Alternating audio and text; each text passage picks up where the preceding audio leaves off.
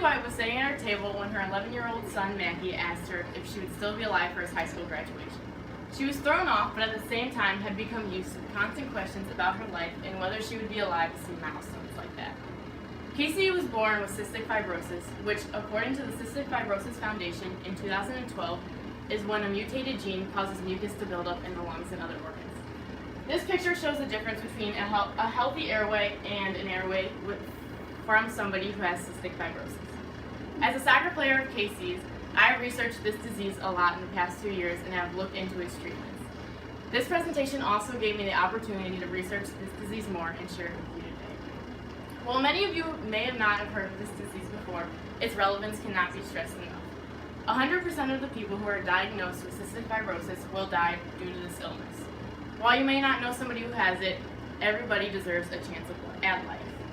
Cystic fibrosis is a devastating disease that currently has no cure, but with a donation of $10, developments can be made to one day wipe out the disease. First, we will talk about why cystic fibrosis is such a problem.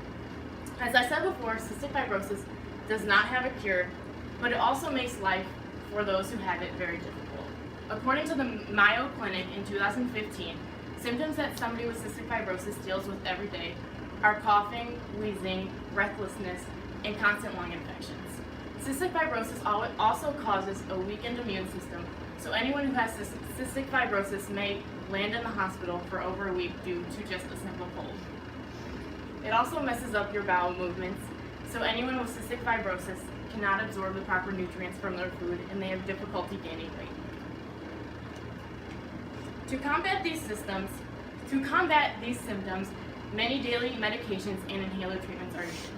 Going back to the Cystic Fibrosis Foundation, a common cure to help somebody with cystic fibrosis is to spend hours using an inhaler with many medications.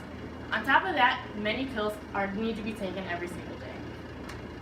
Despite attempts to combat cystic fibrosis and to live a normal life,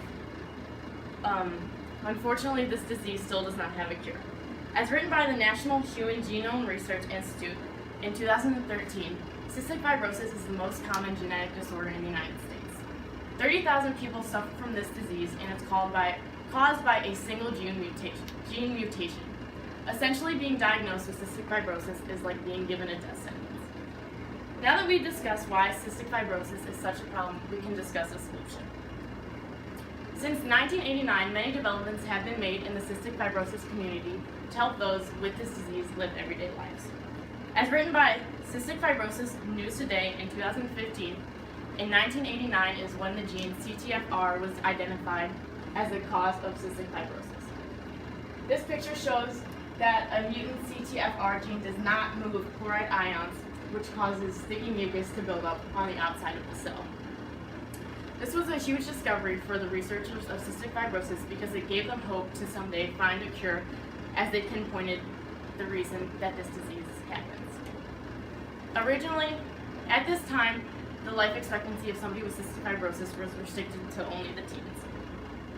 Today, medications like Lumacaftor and Claydaco help cystic fibrosis patients every day in clearing airways and helping them to have a more active lifestyle.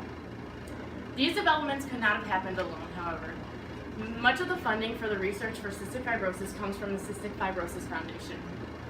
I ask that today you take the time to research more into the Cystic Fibrosis Foundation and think about donating $10 so that they have more resources and funding so that they can research more into the disease and hopefully one day find a cure.